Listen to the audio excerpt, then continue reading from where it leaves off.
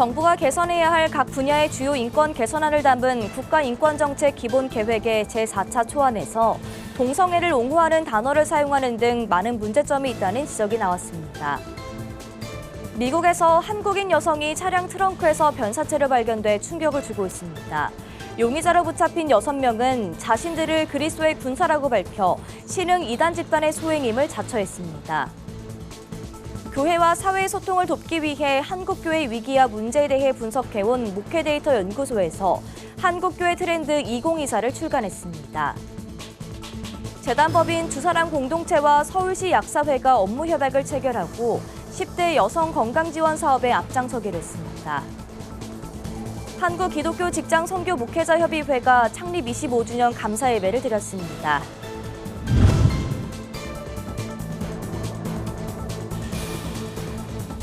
시청자 여러분 안녕하십니까? 구티비 뉴스입니다. 국가인권정책 기본계획, 법무부가 2007년부터 5년마다 정부가 개선해야 할 각 분야의 주요 인권 개선안을 담은 계획안입니다. 5년마다 출범하는 새 정부의 국가인권 정책의 방향을 국내외에 제시하는 건데요. 하지만 앞선 3번의 계획안과는 달리 이번 4차 초안은 서두부터 문제의 소지가 있는 단어 사용으로 논란이 되고 있습니다. 김효미 기자가 보도합니다. 국가인권정책기본계획 NAP는 법무부가 2007년부터 5년마다 대한민국 정부가 개선해야 할 각 분야의 주요 인권 개선안을 담은 안입니다. 그런데 인권정책이란 모든 국민들에게 보편적으로 적용해야 하는 것임에도 불구하고 국가인권위원회와 법무부의 국가인권정책은 성소수자와 외국인 노동자 등 특정 소수그룹의 권리 확장과 편익 증진을 위한 내용에 치우쳐 있다는 지적이 잇따르고 있습니다.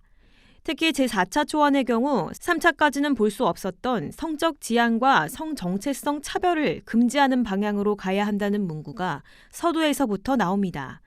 법무부의 용어 사용이 적절하지 못했다는 지적입니다. 사람의 성별을 여성과 남성 외에 분류하기 어려운 수많은 성별이 존재한다는 것을 전제로 하는 이 성평등이라는 용어는 법률적으로나 국제인권 규범에 따르더라도 법적 보호를 받을 수 있는 인권 개념에 포함되지 않습니다.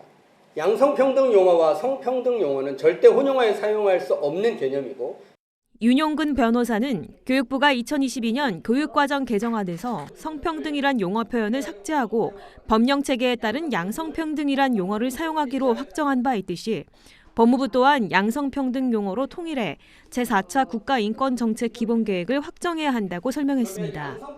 단어가 구분 없이 사용된다면 평등하게 보호받아야 하는 구체적인 대상이 특정되지 않게 된다는 겁니다. 미국 변호사 자격이 있는 전윤성 변호사는 제4차 국가인권정책 기본계획 초안에 담긴 유니버셜 디자인의 위험성에 대해 지적했습니다. 전 변호사는 초안 속에서 법무부는 장애인의 시설물 접근권과 이동권 개선을 위해 유니버셜 디자인을 적극 홍보하고 있다며 유니버셜 디자인이란 모든 사람을 위한 디자인이란 뜻인데 법무부는 남녀가 함께 사용하는 성중립 화장실을 적극 권장하는 말도 안 되는 짓을 하고 있다고 비판했습니다. 화장실을 성중립으로 만들면 어떻게 되겠습니까? 저 캐나다 토론토 대학교에서 성중립 화장실 만들었더니 거기서 몰래 촬영을 해가지고 체포됐다. 남녀 공용 화장 탈의실에서 성폭행 사건이 130사건 중에서 120건이 여기서 전 변호사는 외국에서 성중립 화장실 설치로 이미 많은 성범죄가 발생했다고 위험성을 경고했습니다. 문제는 우리나라에서도 이미 유니버셜 디자인 기본 법안이 발의돼 있다는 겁니다. 지난해 1월 더불어민주당 최혜영 의원이 발의한 이 법안은 유니버셜 디자인이 적용된 정책들에 대해 이야기하고 있습니다. 동성애자들을 중심으로 설치를 시도하는 성중립 화장실이 아직 국내에는 관련 법과 제도가 마련되지 않아 생겨나지 않고 있지만 만약 법안이 통과된다면 우후죽순 생겨나는 건 불을 보듯 뻔하다는 목소리가 나오고 있습니다. 1차 때부터 동성애 옹호 내용으로 논란의 중심에 섰던 국가인권정책 기본계획은 4차까지 이어오면서 그 내용을 더욱 노골화하고 있습니다. 우려가 현실이 되지 않도록 하기 위한 교계와 시민단체들의 행동은 앞으로 더욱 거세질 전망입니다. 구티비 뉴스 김유미였습니다. 최근 미국 조지아주의 유명 한인 사우나 주차장에서 한국인 여성의 시신이 승용차 트렁크에서 발견돼 충격을 주고 있습니다. 용의자를 잡고 보니 자신들을 그리스도의 군사라고 지칭했는데요. 신흥 2단 집단의 소행으로 보입니다. 용의자 6명은 20대 초중반으로 이 중 1명은 10대였습니다. 자세한 내용 정성관 기자가 보도합니다. 이달 중순 미국 조지아주 한인 사우나 주차장에 세워진 차량 트렁크에서 한국인 여성의 시신이 발견됐습니다. 수사를 진행한 경찰은 사건 용의자로 한국계 미국인 6명을 살인 감금 및 증거인멸, 사체 은닉 등의 혐의로 체포했습니다. Apparently the victim was subjected to beatings, malnourishment, which subsequently resulted in what the medical examiner's office believes the cause of her death. The victim was about 70 pounds when she was discovered by detectives. 현지 경찰은 피해자의 시신에서 폭행과 함께 사체를 태우려 했던 흔적을 발견했다고 밝혔습니다. 용의자는 여성 1명과 남성 4명이 20대 초중반이었으며 나머지 1명은 미성년자였습니다. 이들 용의자 중 3명은 형제관계로 노크로스 지역에서 목회하던 목사의 아들들로 확인됐습니다. 현지 언론에 따르면 변사체로 발견된 한국 국적의 31세 여성 조모 씨는 한국에 거주 중이었으나 용의자들이 소속된 종교단체인 그리스도의 군사에 가입을 목적으로 지난 7월 3개월 단기 체류로 미국에 입국한 뒤 변을 당한 것으로 전해졌습니다. 국내 교계에선 지금까지 종교로 인한 사망 사건을 바탕으로 볼 때 귀신론에 기초한 소위 축기 사역 또는 비정상적 종말론을 가르쳤을 가능성이 높다고 진단했습니다. 귀신론의 영향을 받아서 축기 사역을 했을 가능성이 매우 높습니다.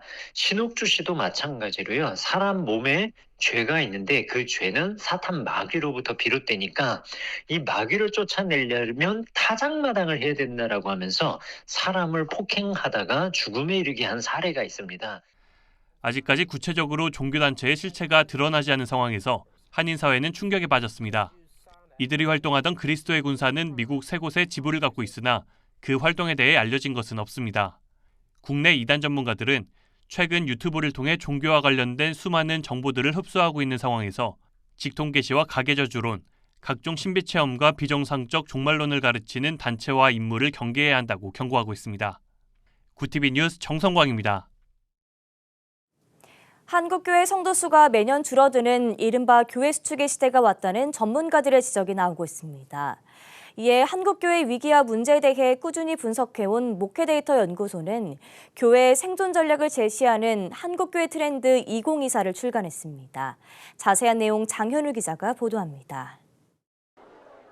코로나19 시기에 대두된 한국교회의 문제부터 교인들의 예배 실태와 의식을 조사하고 분석해온 목회데이터 연구소가 한국교회 트렌드 2024를 출간했습니다. 청년뿐 아니라 작년에 이탈까지 더해져 한국교회 성도가 줄어드는 교회 수축 시대를 전면에 걸고 통계를 바탕으로 생존하기 위한 전략을 제시하겠다는 포부입니다.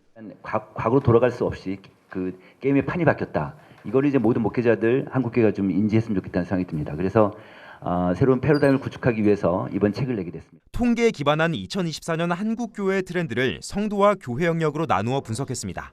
성도 개인적 영역의 트렌드 부분에서는 교회 안에서 빈번하게 발생하는 성도의 외로움을 문제로 선정했습니다. 일반 국민들의 외로움 비율이 55%인 가운데 성도의 46%도 일반인 수치와 크게 다르지 않게 외로움을 느낀다는 겁니다. 이어 3040 세대가 교회에 잘 나오지 않는 현실과 다음 세대의 예배 회복률이 79%에 그친다는 것도 지적했습니다. 교회 영역 부분에서는 비민주적이고 권위적인 교회의 모습으로 인해 이탈하는 성도의 통계를 제시했습니다. 특히 개신교인 하락세인 원인에 대해 이른바 교회 수축 시대를 주장했습니다. 출석 성도 감소는 코로나19를 겪으며 교회와 성도의 연결고리가 약해졌고 온라인 설교 콘텐츠 증가로 새로운 유행의 플로팅, 즉 교회에 있지 않은 크리스천이 많아졌다는 것이 이유입니다. 교회라는 것은 교인들의 공동체인데 그 교인들이 변했어요. 그러면 그들이 모이는 교회는 이전과 같을 수는 없을 것 같은데 목회도 바뀌어야 되고 공동체가 달라야 된다. 지난해에 이어 한국교회 트렌드를 출판한 목대연은 한국교회의 발전을 위한 통계 기반 데이터 보고서를 매주 발송하고 있습니다. 구티비 뉴스 장현우입니다. 재단법인 주사랑 공동체와 서울시 약사회가 업무 협약을 체결하고 10대 여성 건강지원 사업에 앞장섭니다. 두 기관은 소녀 돌봄 약국을 통해 위기 10대 여성 건강지원 사업에 필요한 교육, 의약품 등을 지원하고 주사랑 공동체로 연계되는 위기 상황에 처한 여성들과 아기들이 안전하고 건강한 삶을 영위할 수 있도록 협력하기로 했습니다. 이종락 주사랑 공동체 목사는 선한 영향력을 끼치는 서울시 약사회와 함께 10대 위기 임신 여성과 아기들을 보호하는 생명 존중 가치가 대한민국 전체로 확장되기를 기대한다고 밝혔습니다. 한국기독교 직장선교목회자협의회가 26일 서울 중구 남대문 교회에서 창립 25주년 감사 예배를 드렸습니다. 이강일 사무총장의 인도로 진행된 이번 예배에서 대표회장 손윤탁 목사는 젊은 세대가 성장해 한국교회를 이끌어가기 위해선 기성세대의 헌신이 필요하다고 말씀을 전했습니다. 한국교회는 이런 선교사들의 피 위에 세워진 교회입니다. 누군가 희생과 헌신이 없이 교회 성장이 있는 게 아니다. 이렇게 연로하신 어른들이 직장 선교를 위해서 마지막까지 정열을 쏟고 있는데 우리가 정말 기도해야 될 것은 정말 20대, 30대, 40대 젊은 사람들입니다. 직장 선교사 양성을 통한 직장 선교를 활성화하기 위해 1998년 9월에 창립된 직목협은 앞으로도 다양한 사역을 통해 모든 직장인에게 그리스도를 전하겠다고 다짐했습니다. 대한예수교장로회 고신전북노회 장로회가 목회자들을 위한 섬김 행사의 일환으로 돈가스 바자회를 진행했습니다. 익산 왕궁 중부교회에서 열린 이번 바자회 행사는 장로회 회원들과 지역 교계 관계자 50여 명이 함께하며 헌신의 마음을 모았습니다. 야곱의 어떤 감당 너머의 축복이 흘러서 이웃에게로 흘러갔듯이 우리 장로회가 우리를 넘어서서 어떤 섬김의 장으로 연결을 한번 해보자. 그 선한 취지로 시작했던 것이 여기까지 온 것 같습니다. 정말 장로연합회가 눈을 들어서 더 많은 그 불우한 곳, 연약한 것을 이렇게 살필 수 있는 활용의 장으로 이렇게 되어졌으면 좋겠습니다. 더욱 섬기겠습니다. 허 회장은 현재 4년간 이러한 바자회 섬김 행사를 지원해오고 있다며 많은 분들이 함께해 주심에 하나님의 은혜를 체험하고 있다고 소감을 전했습니다. 한국그리스도교 신앙과 직제협의회가 에큐메니칼 문화예술제를 개최한다고 25일 밝혔습니다. 오사랑 사람이 되고 자연이 되다를 주제로 내달 11일부터 16일까지 경인미술관과 온라인 전시관에서 진행될 예정입니다. 또 이번에 주제로 우리가 내걸고 있는 사랑을 우리가 함께 이렇게 느낄 수 있을까 하는 생각이 좀 들면서 5번째 맞는 오늘 문화예술제에 적지 않게 기대를 좀 해봅니다. 경인미술관에서는 기후위기 프로젝트 전시회가 열리며 자연, 생명, 사랑 등을 주제로 한 팝아트와 사진, 조각, 회화 작품들이 전시됩니다. 온라인 전시관에서는 60여 개의 작품이 전시되고 방글라데시와 튀르키예 출신 외국 청년들과 다문화에 대한 이야기를 나누는 이야기 마당이 마련됩니다.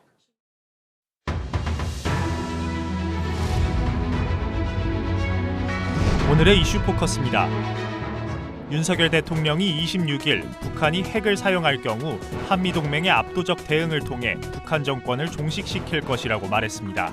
윤 대통령은 이날 오전 성남 서울공항에서 열린 제75주년 국군의 날 기념 행사에서 정부는 굳건한 한미동맹을 바탕으로 한미일 안보 협력을 더욱 강화하고 나아가 우방국들과 긴밀히 연대해 강력한 안보 태세를 확립해 나갈 것이라며 이같이 밝혔습니다. 윤 대통령은 이어 북한 정권은 핵무기가 자신의 안위를 지켜주지 못한다는 사실을 분명히 알아야 한다며 우리 군은 실질적인 전투 역량과 확고한 대비 태세를 바탕으로 북한이 도발해올 경우 즉각 응징할 것이라고 강조했습니다. 건강보험 재정이 올해도 흑자를 기록할 전망입니다.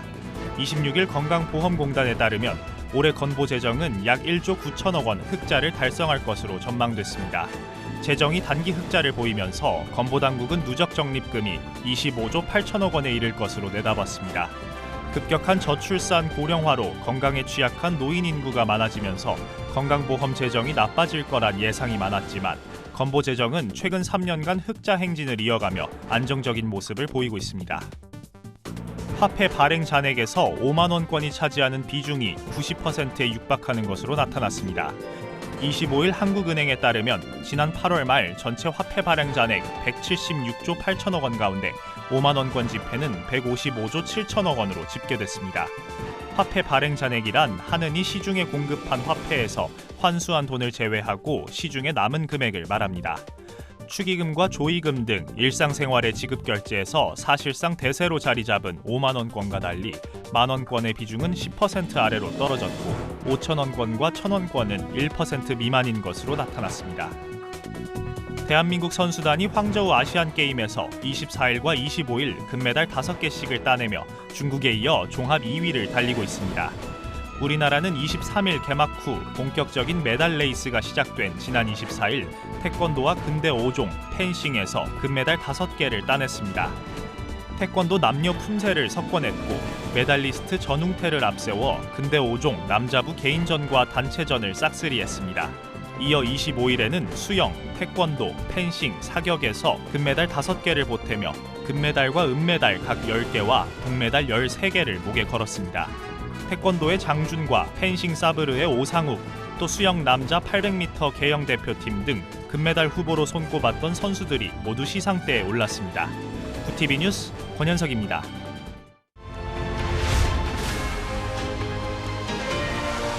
구TV 월드와이드입니다. 현지 시간 25일 글로벌 채권 금리의 지표 역할을 하는 10년 만기 미 국채 금리가 연 4.5%를 넘으며 16년 만에 최고치를 다시 경신했습니다.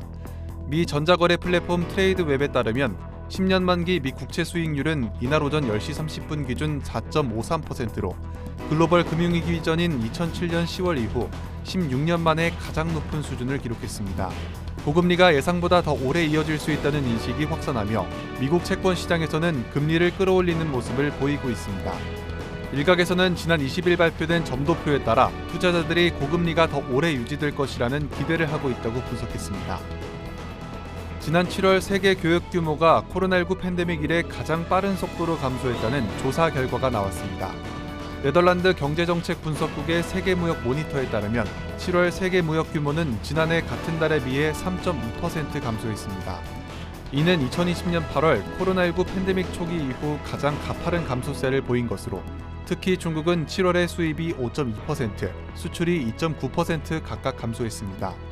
글로벌 상품의 수출과 수요는 팬데믹 기간 호황을 누렸지만 인플레이션 상승과 각국 중앙은행들의 금리 인상 등에 따른 자국 내 서비스 지출 증가로 약화됐습니다. 중국과 일본이 후쿠시마 제1원자력발전소 오염수 해양 방류를 둘러싸고 다시 한번 국제 무대에서 공방을 벌였습니다. 일본 언론에 따르면 류징 중국 국가원자력기구 부주임은 현지 시간 25일 오스트리아 빈에서 열린 국제원자력기구 총회에서 일본 정부가 처리수라 부르는 물을 핵 오염수라고 지칭했습니다. 이어 류징 부주임은 일본은 관련국 국민들의 강한 반대에도 해양 방류를 시작해 국제사회의 폭넓은 우려를 불러일으켰다고 강력히 비난했습니다. 일본 다카이치 사나의 경제안보 담당상은 IAEA에 가입했으면서 사실에 근거하지 않은 주장을 하고 수산물 수입 규제를 하는 나라는 중국뿐이라고 언급하며 오염수 방류 이후 중국이 취한 일본산 수산물 금지 조치를 비판했습니다. 겨울철 남극 해빙이 역대 최소 수준을 기록했다고 미국 국립빙설자료센터 NSIDC가 현지 시간 25일 밝혔습니다. NSIDC는 지난 10일 관측한 남극 해빙 면적이 1696만 제곱킬로미터라고 밝히며 이 면적이 올해 최대치일 가능성이 크다고 판단했습니다. 이는 1979년 시작한 위성 관측 이래 가장 낮은 수치로 기존 최저치인 1986년 겨울보다 약 100만 제곱킬로미터나 적습니다.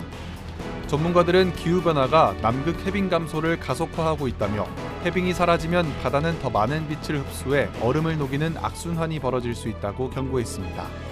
구TV 뉴스 장정훈입니다.